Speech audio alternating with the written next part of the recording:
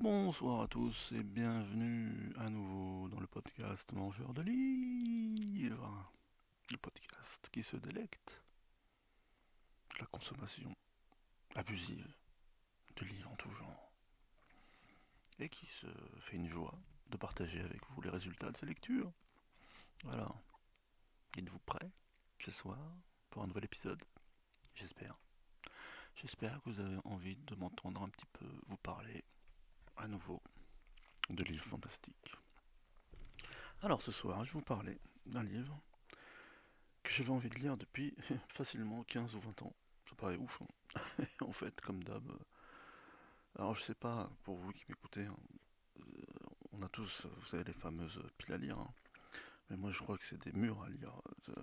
Il y a des collections des livres que je vois passer devant moi depuis des années, à chaque fois je me dis ouais ouais. Et celui-là en fait c'est typiquement ce genre de bouquin. Alors, trêve de suspense, de quoi je vous parlais aujourd'hui? Je vais vous parler d'un bouquin qui s'appelle La Flamme Noire, et plus particulièrement de son auteur, Stanley G. Weinbaum, qui fait figure un peu de comète dans le monde de la SF anglo-saxonne. Parce que malheureusement, c'est un auteur qui, comme on dit, est mort prématurément à l'âge de 33 ans. Apparemment, il a eu un cancer fulgurant. Et c'est une des premières générations d'auteurs de SF. Comme je vous dis souvent, moi, c'est ma génération préférée dans l'histoire de la SF. Il est né en 1902, il est mort en 1935. Et en France, on connaît que, à part ce livre, là, La Flamme Noire, on connaît qu'une nouvelle de lui qui s'appelle L'Odyssée martienne, mais qui, à l'époque où il l'a fait paraître, lui, dans Wonder Story, vous savez, un des fameux pulps, et même à l'époque ensuite où elle a été éditée en France, euh, en fait, c'est ce qui l'a rendu célèbre parce que euh, c'était une des premières nouvelles qui mettait face à face un martien et un humain, mais vraiment en prenant en compte le fait que on pouvait avoir vraiment deux modèles de pensée tellement différents, justement, comme disent les Américains, vraiment aliens, étrangères. Et que même si on était intelligents tous les deux, on ne pouvait pas se comprendre. Et comme il le disait lui-même, le martien est capable de penser, il est capable de penser aussi bien qu'un être humain, peut-être mieux qu'un être humain, mais de manière tellement différente que, en fait, il n'y a aucune communication possible. Asimov, il pensait que c'était une des trois nouvelles qui avaient changé l'histoire de la SF. Et c'est vrai que moi, je l'avais lu dans une des nombreuses anthologies en France où elle a été éditée, parce que, comme je vous dis, c'est une des nouvelles les plus célèbres de l'histoire de la SF, donc vous la trouverez facilement, soit dans les recueils j'ai lu du type meilleur récit justement de Wonder Stories et tout ça, soit comme je vous ai parlé souvent de Jacques Sadoul justement, qui était le directeur de collection là, de J'ai lu, et qui était un des trois plus grands directeurs de collection dans le monde de la science-fiction. Il avait fait paraître justement des anthologies pour chaque titre de Pulps, dont Wonder Stories. Donc moi je pense que j'avais dû lire là, la première fois. Et sinon il y avait un coffret libretto, vous savez, la collection qui, moi, maintenant ça doit être 2 euros, où ils sortent les grands classiques à chaque fois à prix réduit. Et il y avait un coffret qui était histoire de la science-fiction, je crois que de 1912 à 2002. Et à chaque fois il y avait une petite préface pour chaque texte de, de Jacques Sadoul justement. Et il expliquait qui était Stanley T. Weinbaum. Donc, moi je connaissais cet auteur pour cette fameuse nouvelle. Et bon, elle m'avait plu, hein, et souvent justement en lisant des anthologies ou en lisant des essais sur la SF, son nom me revenait souvent. Et moi, dans la fameuse collection dont je vous parle tellement souvent dans ce podcast, la collection Albin Michel de poche, là, qui est argentée, là, qui brille. Et bien en fait, moi cette collection, ça fait des années que j'ai petit à petit en chinant. Je pense qu'à un moment donné, je devais peut-être la voir dans son ensemble, mais au fur et à mesure, justement, quand je lis certains des poches de la collection, bah, je décide si ils valent le coup de les garder ou pas. Et donc, La Flamme Noire, je le voyais tout le temps. Et comme c'était un auteur que je connaissais, je me disais, bah oui, je vais le lire, je vais le lire, je vais le lire. Et puis en fait, je l'avais jamais lu. Et là, je me suis même rendu compte que c'était le numéro un cette collection. C'est le premier. La Flamme Noire, Stanley G. Weinbaum, numéro un, paru en 1972. Donc, ça ne rajeunit pas. Et donc ce Wenbaum là, c'est un mec qui était né dans le Kentucky et qui est parti à la fac dans le Wisconsin. Et le truc c'est que à la fac, il était coturne avec Charles Lindbergh, vous savez, le fameux aviateur. Et il avait fondé un club qui s'appelait les Milwaukee Fictioneers. Et dedans, il y avait qui? Il y avait Robert Bloch, l'espèce de disciple de Lovecraft là, qui a été ensuite super connu dans le monde justement un peu de l'horreur. Et peut-être que je parlerai de lui un jour dans un podcast parce que c'est un bon écrivain. Et il y avait même Ray Palmer. Alors pas Ray Palmer qui est devenu ensuite The Atom dans les comics d'ici. Ray Palmer qui devient le rédacteur en chef d'un autre pulp qui s'appelle Amazing Stories. Et en fait, la particularité de la bibliographie de cet auteur, c'est que, comme je vous le disais, il est mort en 1935. Et à l'époque, il avait donc fait paraître, parce que c'est 18 mois après l'apparition de sa première nouvelle, Odyssée martienne. Et on ne savait pas qu'il avait écrit en fait plusieurs romans, même de la non-fiction et de la fiction autre que de la science-fiction. Mais sa veuve, dans les années 50, elle a découvert un coffre où il y avait plein de manuscrits en réalité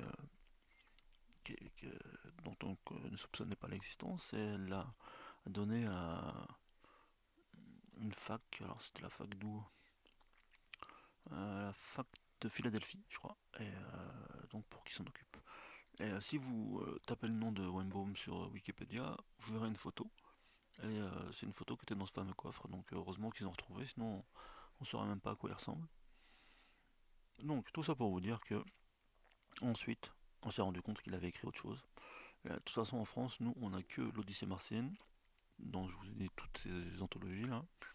Il y a un autre truc qui s'appelle. C'est un truc avec Adam. Le premier Adam. Alors là, j'ai un trou. Hmm, le nouvel Adam. Le nouvel Adam. Et donc la flamme noire. Alors, maintenant que je vous ai un peu brossé le tableau vite fait de Wenbaum, autant vous parler du livre, hein, que j'ai mis 15 ans à lire ou 20 ans à lire. Bon, en fait, comme je vous le dis souvent, c'est typiquement le genre de livre de justement cette génération d'auteurs là que j'affectionne particulièrement là. Il est né au début du siècle. Comme je vous en ai parlé plein de fois dans le podcast, hein, les Hamilton, les Brackett, les Williamson, les Doc Smith, les Florent Anderson. En tout cas, c'est du pur sense of wonder.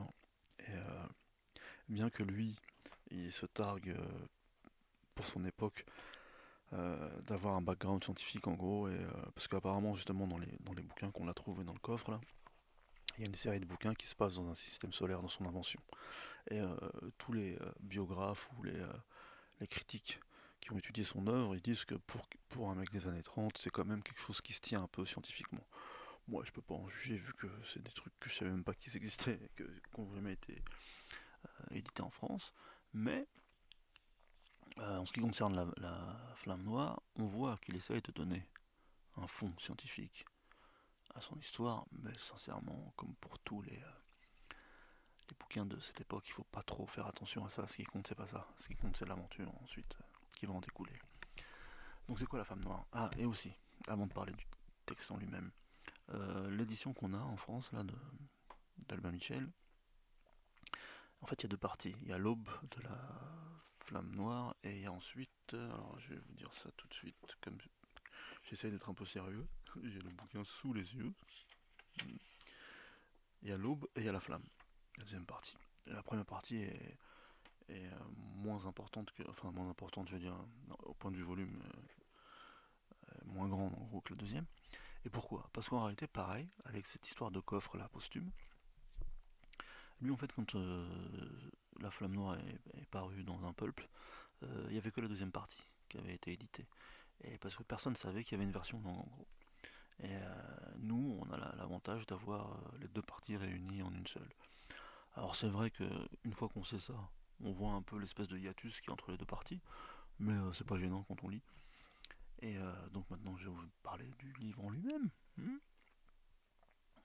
fameuses aventures de La flamme noire. C'est quoi la flamme noire d'après vous? C'est quoi? Alors, c'est un roman post-apocalyptique. Ça se passe genre 300 ans après que le monde est sombré dans la guerre atomique et son cortège de maladies et de barbarie qui s'étale sur plusieurs décennies, voire siècles. Mais en gros, 300 ans après, même 200 ans après cette presque annihilation du genre humain, bah, les, les communautés reprennent un peu du poil de la bête et on est dans une Amérique qui essaye de redevenir civilisée, on va dire. Il y a quelques communautés. À côté des ruines des grandes villes, il y a des petites villes qui essayent de s'accrocher au flanc justement des anciens buildings, mais ils ont peur de rentrer dedans parce qu'ils ont peur que ça s'effondre. Et par exemple, il y a la ville de Saint-Louis qui s'appelle maintenant C'est-Louis, qui est eu un des plus grands centres apparemment de l'Amérique de l'époque. Mais c'est pas ça qui est important. L'important c'est que à la Nouvelle-Orléans, genre 100 ans à peu près avant que l'histoire débute, il y a un homme qui s'appelait Tom Holland, John Holland. Tom Holland c'est Spider-Man. John Holland ou peut-être même Tom Holland, c'est pas important. En fait, il a fait l'effort quand il a trouvé la bibliothèque de la Nouvelle-Orléans. Alors, les gens, ils savent pas, parce qu'ils sont dans les brumes de l'histoire, ils savent pas s'il a réappris à lire tout seul, parce que c'était perdu, comme science, la science de la lecture, ou si dans sa famille on avait réussi à garder la flamme de la lecture, hein. Ça tombe bien pour des mangeurs de livres, et que donc il avait décidé à lui tout seul de retrouver la science perdue de l'humanité. Quand ça s'est su, d'autres gens sont venus et il y a eu l'académie. Alors vous savez, l'académie c'est une référence à l'Antiquité grecque. Et au bout d'un moment, il y a deux autres personnages qui sont arrivés qui, en s'associant à lui, étaient un peu des génies de leur temps et ont réussi à retrouver déjà l'électricité. Donc c'était la première ville, 300 ans après la chute de l'humanité, à s'éliminer à nouveau, et on appelait ça la Nouvelle Renaissance. Et après, donc le troisième mec important, c'est celui qui a même redécouvert l'énergie atomique. Sur ces entrefaits, justement, comme cette Nouvelle-Orléans et cette Nouvelle Renaissance attirent des milliers de personnes, il y a des gens qui arrivent de ce qui était autrefois le Mexique, un homme qui s'appelle Martin Serre, un autre qui s'appelle Joaquin Smith, et sa sœur, Margaret, qu'on appellera plus tard Margot la Noire, et qui deviendra la Flamme Noire.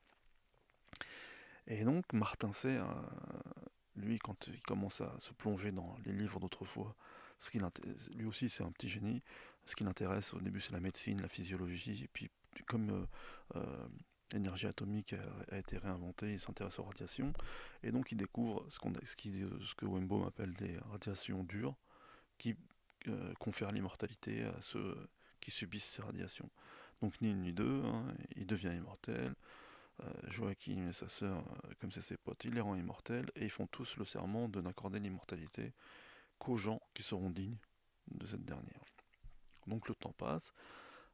Joachim, lui, c'est pas un scientifique attiré par les sciences dures, c'est plus les sciences sociales. Et pourquoi? La sociologie, etc. Parce que lui, il a l'ambition de devenir euh, un nouveau Jules César, un nouveau Napoléon. Il veut réunifier le monde entier, pas seulement les États-Unis, en un seul empire et tirer l'humanité à nouveau vers les sommets, faire en sorte qu'il n'y ait plus jamais de guerre et de catastrophes comme c'est arrivé 300 ans avant et faire en sorte que l'humanité ne s'auto-détruise plus, quoi. Et donc la troisième du trio c'est Margaret, Margot la Noire, qui elle aussi est d'une intelligence fabuleuse, mais en plus qui est une beauté fatale et qui saura faire tourner la tête de tous les ennemis potentiels de son frère. Le truc c'est que donc ils entreprennent la conquête tout doucement de ce qui fut autrefois les États-Unis. Et dans la première partie, en gros, il y a un jeune montagnard des monts Ozarks qui descend sans vraiment savoir ce qui se passe vraiment et qui se trouve confronté à la première révolte auquel ce trio va devoir faire face. Et donc il tombe amoureux de la flamme noire qui le manipule. Et en fait, cette Margot la Noire là, elle se dit qu'elle trouvera jamais un homme à sa mesure. À chaque fois, justement, dans les rebelles ou dans les scientifiques qui viennent, qui veulent adhérer au projet politique de son frère, elle se dit que peut-être elle va trouver un homme à sa mesure, mais elle n'en trouve pas. Même le fameux Martin Serre, là, pour elle, c'est qu'un vieux rat de laboratoire qui lui casse les pieds. Elle est pleine de vitalité, elle a l'esprit vif, elle cherche un des anciens, comme elle dit, parce que comme elle a lu, elle aussi, tous les livres qui lui sont tombés sous la main, elle a lu les grandes épopées, justement des grands conquérants d'autrefois, elle a lu euh, ce que, ce que la littérature classique a fait de mieux, et donc elle a un idéal dans, dans son esprit, et elle désespère de trouver quelqu'un à sa mesure. Alors dit comme ça, peut-être que ça paraît pas trop intéressant, et ce n'est que la première partie. En fait, la deuxième partie, ça se passe 500 ans après, et il y a un homme de notre temps, en fait, qui se retrouve projeté à cette époque, et que peut-être lui... Alors, à l'époque où il arrive, le- la conquête mondiale est faite, on est arrivé à un stade de civilisation jamais atteint, et malheureusement, il y a quand même encore des foyers de résistance. Et donc, on ne sait pas si lui, il va faire partie de la résistance ou s'il va adhérer au projet, et quelle relation il va avoir avec cette fameuse flamme noire, que tout le monde pense être vénéneuse. Alors, je sais que la première critique que des contemporains qui lieraient cette histoire feraient, ou même ne serait-ce qu'en écoutant le résumé, le pauvre résumé que je fais là, c'est que déjà c'est une histoire bateau, naïve, tout ce que vous voulez, et qu'en plus, encore une fois, le personnage féminin, c'est pas un personnage fort, c'est juste une belle femme, un faire-valoir. En fait, non. Comme dans la plupart de ces romans dont je vous parle souvent, déjà Margot, là, c'est pas la seule personnage féminin, et c'est pas un faire-valoir, et c'est pas un personnage faible, et c'est un personnage à part entière, et moi, c'est ce qui m'a toujours plu dans ces bouquins du Sense of Wonder des années 20, 30, et même 40. C'est que si vous prenez déjà Toris avec John Carter, bah, c'est le meilleur personnage féminin de tous les temps. Si vous prenez les personnages de Lee Brackett par exemple, bah, vous verrez que c'est pas des demoiselles en détresse. Et là, Margot, là, moi, m'a retourné. Comme d'habitude. Et aussi, ce qui est fort avec. Ils ont tous ce truc là de faire des descriptions de femmes là qui sont incroyables. Bon, déjà, bien sûr, ok, ça on va dire peut-être que c'est sexiste ou je sais pas, en tout cas, parce que c'est des femmes fabuleuses, à la beauté incroyable, renversante, etc. Mais à chaque fois qu'ils la décrivent, en fait, ça marche. On s'imagine cette beauté infinie, là, et on s'imagine tomber justement à la renverse en, en jetant un regard sur elle. Et déjà, ça, c'est une partie du truc qui emporte dans le bouquin.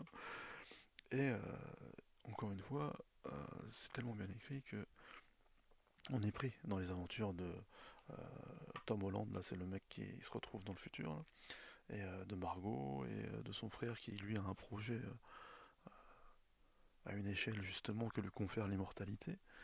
Et finalement, c'est le genre de bouquin, ça fait 252 pages. Comme je dis toujours, c'est typiquement le livre si vous mettez dans votre canapé le soir à 9 heures par exemple, à minuit et demi, c'est fini quoi. Vous le lisez d'une traite, c'est bon. C'est une vraie friandise, un bonbon, de la SF qui fait du bien. Ou sinon, si vous n'avez pas le temps de faire 3 heures de lecture d'un coup, bah, moi ce que j'ai fait, j'ai lu genre 1 heure et demie hier, peut-être 1 heure et demie ou 2 heures aujourd'hui, je sais pas, et voilà, c'était fini. Mais à la fin, j'étais quand même en sens, ça marche, il y a du suspense, je me dis comment ça va finir. Et moi, c'est tout à fait le genre de petit bouquin des années 30 que je kiffe. Alors je sais bien que là, dit comme ça, même en m'entendant, ça donnait pas trop envie. Mais, bah, croyez-moi sur parole.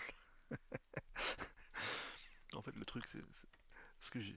En lisant en même temps, je me regardais lire, quoi, et je m'analysais par rapport aux sentiments que ça suscitait en moi. Il y a le côté aventureux, bien sûr. Il y a le côté juste cool de euh, cette anticipation, quoi, d'un futur possible, avec ses prouesses scientifiques imaginaires, là. Et il y a ces fameux personnages féminins là, qui rendent fou. Et bah, ça m'a ramené à l'époque de ma jeunesse où je lisais ce genre de bouquins et je trouve que ça marche toujours en fait. Ça marche toujours. Alors je vous avoue que c'est vrai que la première partie, je m'attendais pas à ce qu'elle soit autocontenue en fait, et qu'après il y a un hiatus de 500 ans. Mais finalement, justement, par rapport à l'évolution des caractères, des personnages, c'est pas mal fait en fait. C'est pas mal du tout. Bon voilà en fait, 20 minutes. Si je vous en dis trop, ça sera plus à rien de le lire. Ouais, je me rends compte que je l'ai pas bien vendu. Faut que j'arrête de faire des podcasts à 3 heures du mat. Euh, Mais bah, pour une fois, croyez-moi sur parole. Je me demande si, avec tous ces podcasts-là dont je vous parle, du Sons of Wonder et de la SF des années 30, est-ce que j'en ai converti un seul d'entre vous à essayer de lire ce genre de bouquin? En tout cas, moi, après tout ce temps, ça marche encore sur moi. Je crois que j'en lirai jusqu'à ma mort. C'est peut-être le meilleur slogan, hein. Sons of Wonder, vous en lirez jusque dans la tombe. Et peut-être que vous en ressortirez encore pour en lire. Bon, je vous casse pas plus la tête. Lisez La Flamme Noire, c'est facile à trouver. C'est une collection que vous trouvez pas en magasin, là, genre à la Fnac et tout ça, mais que vous trouvez facilement en bouquinerie, en solderie, parce que il y en a eu des milliers et des milliers d'exemplaires. Et sinon, sur internet, ça vaut rien, c'est pas plus de 5 euros. En tout cas, faites-vous plaisir si vous tombez dessus, lisez-le. Lisez La Flamme Noire de Stanley G. Wenbaum. Ça fait presque 100 ans que c'est sorti. Ça marche toujours. Vous savez, moi, genre de livre